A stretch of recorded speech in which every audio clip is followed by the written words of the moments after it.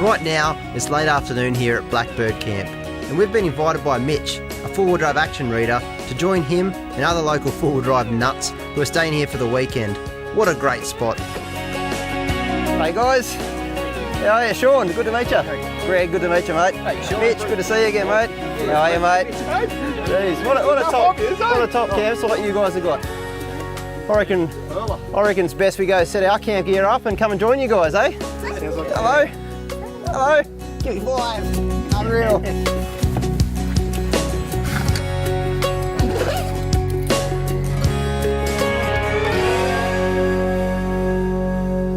Well, here we are in Kempsey. We're down with Mitch, Mitch's family and all his mates.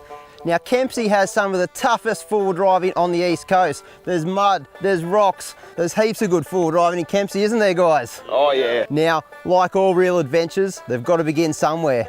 And ours starts here. Kempsey is pretty close to Sydney in the grand scheme of things. It's only a 4-hour drive. Jamie, on the other hand, he had a little longer to drive from Caloundra. He had a solid 12-hour stint behind the wheel. Ah well, with a good night's sleep at camp, we're pretty keen to hit the tracks. We've left Mitch and his mates at camp, where they'll be relaxing and wetting the line, but not before we grab some coordinates for the best four-wheel driving this area has to offer. Tambam State Forest is only a short drive away from our base at Blackbird Camp, and even closer to Kempsey Town Centre. Once we get there, our plan is to take on Colombatti Trig Track in order to reach the lookout. From there, we'll be heading across Mungie Mountain and eventually leaving Tambam and finishing up at Taylor's Arm at the pub with no beer. Breno's not going to like the sound of that. Would you have a look at that 60? Since last time, she's now running 35-inch tyres, and it's a little bit bigger and a whole lot more capable in the bush. And this is actually the first time I've had it out with the new tyres out in the scrub. I mean, this sort of setup is perfect for these sort of tracks that lie in these mountains. I just hope the other boys can keep up. Before long, we're near the rough stuff. Time to knock some pressure out of the tyres. I might try 19 or 20 PSI. Yeah, sounds about right. If it gets any tougher, I might let it down even more. That should start us off anyway. Sure. With the 60 wearing the new Mickey Thompson MTZs and dropping the pressures, I've given myself the best chance of tackling this variety of harsh terrain. To reach the start of the Colombatti Trig, it's usually a fairly easy drive along these forestry tracks. But with a recent storm passing through the area, it's not long until we discover our first obstacle. Hey guys, there's a pretty big tree over the road here. Everyone get over it, mate? Yeah, look, there's tyre marks all over it. I think everyone has been driving over this. That'd be a recent one from this storm that's just been through, eh? Yeah, it looks pretty fresh, mate. Usually, we'd have a go at clearing this tree, but on this occasion, we don't have a chainsaw, and it's just that bit too thick to have a go at with an axe. Other people have driven across it by the looks of things, so we're going to give it a go. You had the clearance there, mate, just not quite the momentum. Yeah, I want to give it a little bit of a bump. The 60 just needs the right amount of momentum to put those back wheels up. With a couple more goes, I'm thinking, I'll get this. But before I punt the 60 over the log, it's worth checking that I'm not going to do any damage to the undercarriage. Hey, Brent, I might get you to have a look at this one, mate. I think I'm caught up on the spring purchase. No worries, I'm coming up. Can I go left anymore? You can go left, mate, but I wouldn't go too much.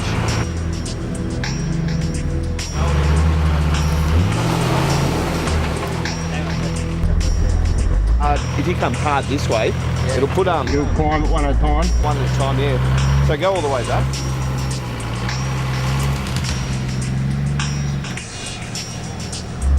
Like to bump it over a little bit.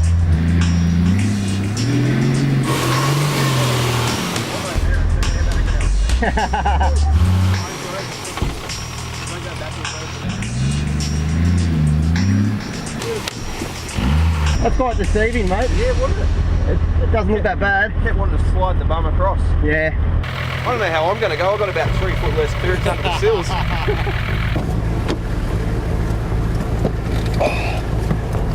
Come on, Breno, give her a go, eh?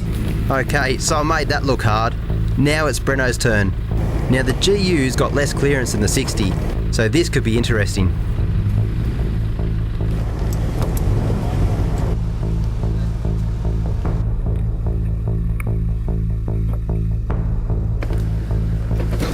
There it is, hung up. This is a type of obstacle where that extra clearance really proves its worth. On the right hand down. Yeah, it's right on your control arm. You're not going anywhere. Now it's a job for the winch. What we'll do is we'll just pull him crossways to get him off that angle. It's too close to the embankment and it's an easy tip over there. And then we're going to go pull him back, and then he can have another run on a higher length on the log and pop over it.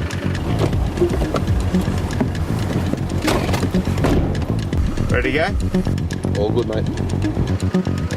With a little bit of drive, the front wheels pop back over the log. You beauty. Oh. Thank you, mate. That works beautifully. To make things easier for ourselves, we're just packing a few bits of wood in against the main log here, just to help the GU up onto the fork of the trunk. That way, he's positioned further down the log and keeping to the lower section. That's it. Yeah, well played. How easy was that? Jamie's up now. He really should eat this for breakfast. The Landy's got the best clearance out of the lot of us. He's seen the line we've taken, and no doubt will be doing the same. That's it. Oh.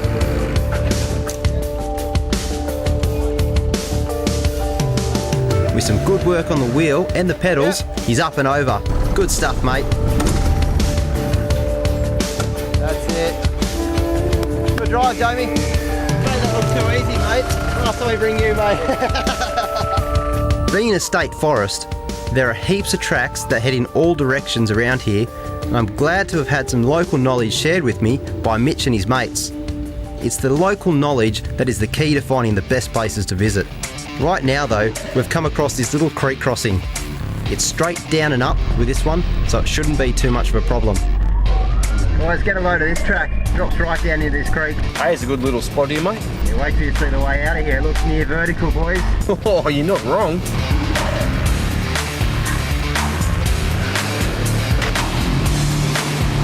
What a fun bit of driving this is. You know, not impossible, but enough difficulty to offer any four-wheel driver a bit of excitement. Boys, give it to Barry. Give me that tip. Breno's driving the GU Patrol camera car. It's got a 2-inch lift, 33s and a rear locker. It's probably the most stock standard vehicle on this trip.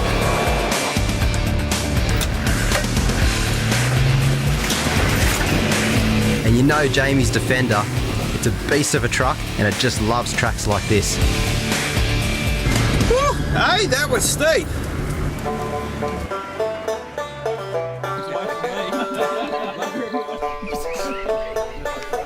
Well, get a load of some of those terrains. That real technical stuff, you know, the stuff where wheel placement is absolutely everything.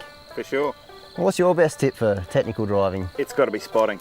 Getting your mate to spot you. Yep. That's exactly what we had to do when we went through this creek. Get a load of this. We've taken a little detour here and headed towards a track which crosses a rocky creek. And when I say crosses, I actually mean we need to drive along it. Now this could be a challenge. Hey guys, according to the GPS, the track follows this creek. It actually is the creek. Oh, you can check this out. Yeah, it looks like it gets pretty deep in here, boys. With that recent storm and floods in the surrounding areas, there's plenty of water in this valley and it's hard to see Ooh, that where is to a bit place the deep, isn't it? wheels. You right with that, Sean? Yeah, slow and steady, mate. It's pretty rocky, really slippery.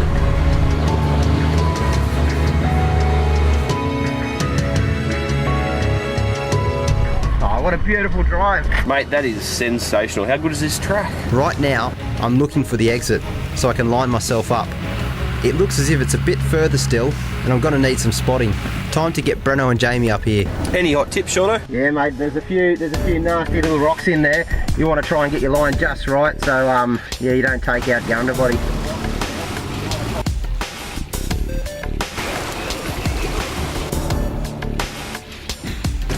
Just found out one of those rocks.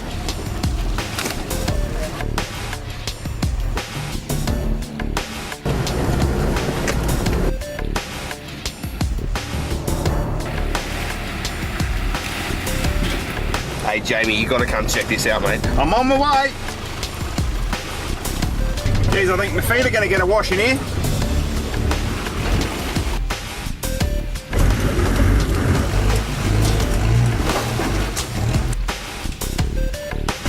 Well, there you go, eh? What a little creek run. Hey, we haven't even got to the best bit. Righto, mate, come on through.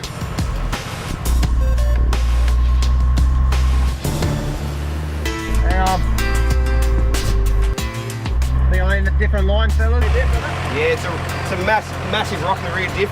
You need to get the bum right across that side. Wheel placement is absolutely everything on tracks like this. That's why it's a good idea to get your mates out and help spot you through some of the more challenging parts of the track. That way you do less damage and you can get yourself through in one piece. This is hairy stuff. Really put the 60 in the boys' hands now. Hard right, because there's a rock right here. It's going to take the front diff out. The 60's just caught a rock there. It's going to need moving out of the way by hand.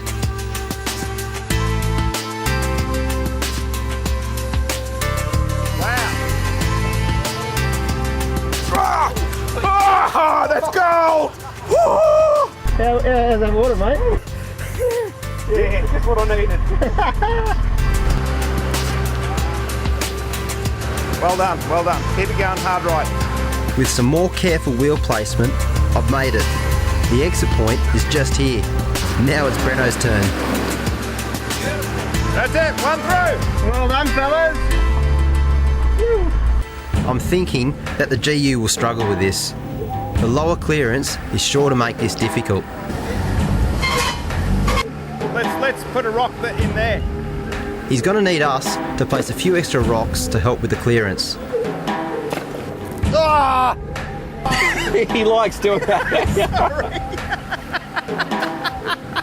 Don't worry, you've got to get through yet. You wait, you wait. Just got to rock it a little bit and see if we can get it backwards. This isn't good. The GU is hung up right on the diff and it's not budging. What we're having to do is carefully jack the truck up and place a few more rocks under those wheels. Hopefully that'll help. Good line. On this occasion it did, but he's in more trouble. Held up again. It's decision time now.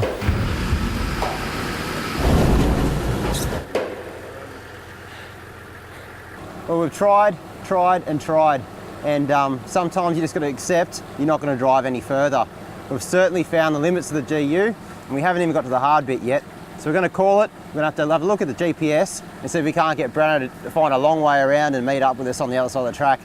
It's no use trying to destroy a vehicle to get through. It's sometimes hard to back out of a challenge, and I don't just mean physically, but mentally as well.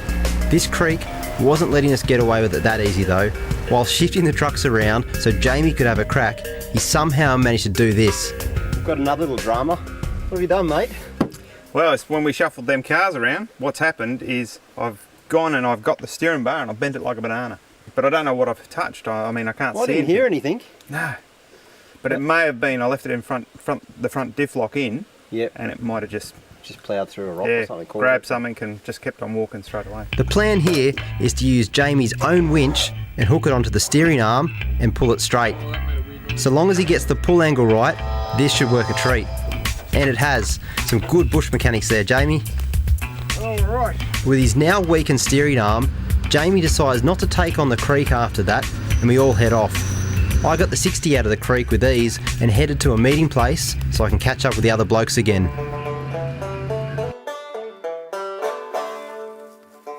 We make it back to camp and join Mitch and his mates.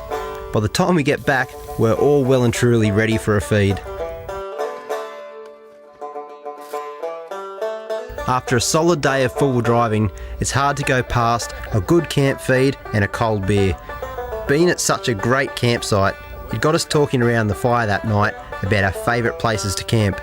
Oh, I've got to say, my favourite campsite would probably have to be Sandy Cape up at Fraser. Oh yeah. That's a magic spot. That's mine. Benno, what's your favourite campsite, mate? Have to be Canal Creek on the Telegraph track. Up on the telly track. It was good just to stop there for a few days, get out, out of the dust, have a swim, Yeah. relax for a bit, Yeah. just wind down. Any fishing up there? Not really on the track itself, it's more or less when you get up to around Seisha, there's where we started our bit of fishing. Yeah, wow, what a trip, eh? Yep, been up there once, I'll definitely be back again. Yeah, Cape York's one of those places, isn't it? Yep, it'll just keep drawing you there. Mate, well, this isn't such a bad place either, you know. Guys, don't go anywhere. Coming up next, you get to see part 2 of our adventure.